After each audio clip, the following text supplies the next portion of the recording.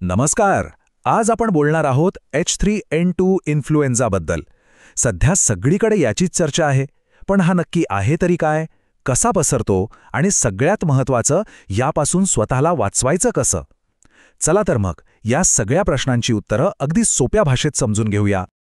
H3N2 हे नाव तर आता सगळ्यांच्याच कानावर पडलं असेल, बरोबर? पण हा नक्की काय प्रकार आहे याबद्दल मनात थोडा गोंधळ असू शकतो.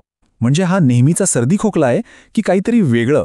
चला अगदी मुळापासून समजून घेऊया. ठीक आहे, तर सगळ्यात आधी ओळख करून घेऊया या H3N2 व्हायरसची. हा आला कुठून आणि H3N2 या नावाचा अर्थ तरी काय आहे?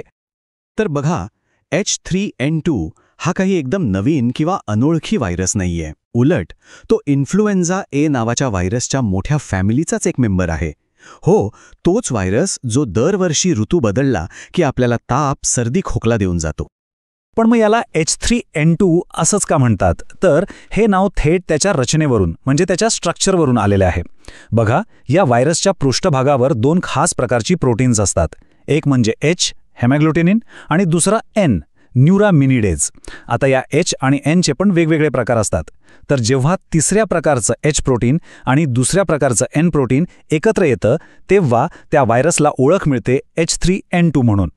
चला, ओळख तर झाली, पण आता महत्त्वाचा प्रश्न, हा व्हायरस पसरतो कसा? आणि जर समजा याची लागण झालीच तर नक्की कोणती लक्षणं दिसायला लागतात? आता हे समजून घेऊया.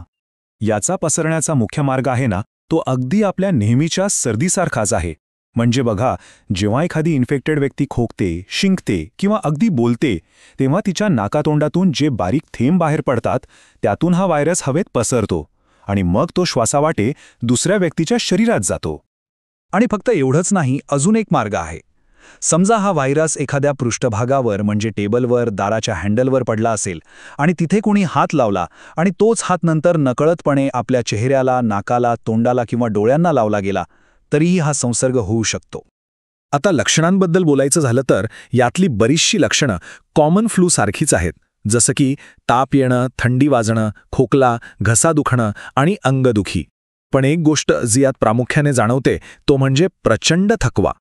आणि हो, लहान मुलांमध्ये कधीकधी मळमळ किंवा जुलाबासारखा त्रासही दिसू शकतो. म्हणूनच अशी लक्षणं दिसल्यास त्याकडे दुर्लक्ष करणं अजिबात योग्य नाही. आता बघा, बहुतेक लोकांमध्ये H3N2 चा संसर्ग हा साधारण स्वरूपाचा असतो, पण काही लोकांसाठी मात्र तो खूप गंभीर धोका निर्माण करू शकतो. मग हा जास्त धोका नक्की कोणाला आहे? चला, तेच आता समजून घेऊया.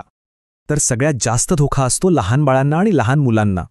तसंच वयस्कर मंडळी म्हणजे साधारण 65 वर्षांवरील व्यक्ती, याशिवाय गर्भवती महिला आणि असे लोक ज्यांना आधीपासूनच काही आजार आहेत, जसं की मधुमेह, हृदयाचा किंवा फुफ्फुसांचा त्रास.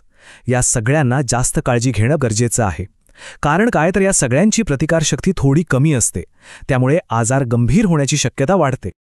आणि धोक्याची गोष्ट म्हणजे जर या संसर्गाकडे दुर्लक्ष केलं गेलं तर त्यातून न्यूमोनियासारखा गंभीर आजार होऊ शकतो. इतकंच नाही, जर कोणाला आधीपासूनच दमा किंवा इतर जुनाट आजार असतील तर ते अजून वाढू शकतात. म्हणूनच याला हलक्यात घेणं अजिबात परवडणारं नाही. बरं, आत्तापर्यंत आपण धोक्यांबद्दल बोललो, पण म्हणतात ना, प्रत्येक धोक्यावर एक ढाल असतेच. चला तर मग आता बघूया की या व्हायरसपासून बचावाची आपली ढाल काय आहे आणि यावर उपचार तरी काय आहेत. आणि चांगली गोष्ट ही आहे की बचावाचे उपाय पूर्णपणे आपल्याच हातात आहेत. यातला सगळ्यात महत्त्वाचा आणि प्रभावी उपाय म्हणजे दरवर्षी येणारी फ्ल्यूची लस घेणं. त्याबरोबरच वारंवार स्वच्छ हात धुणं, गर्दीच्या ठिकाणी मास्क वापरणं आणि आजारी वाटत असेल तर घरीच थांबणं, हे साधे सोपे नियमच एका मोठ्या ढालीसारखं आपलं संरक्षण करतात. आता समजा संसर्ग झालाच तर घाबरून जाण्याची गरज नाही.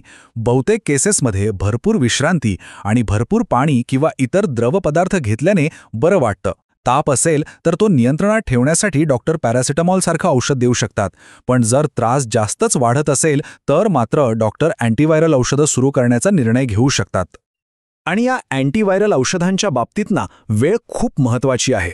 लक्षणं दिसायला लागल्यापासून पहिल्या 48 तासांच्या आत जरी ही औषधं सुरू केली तर ती सगळ्यात जास्त परिणामकारक ठरतात.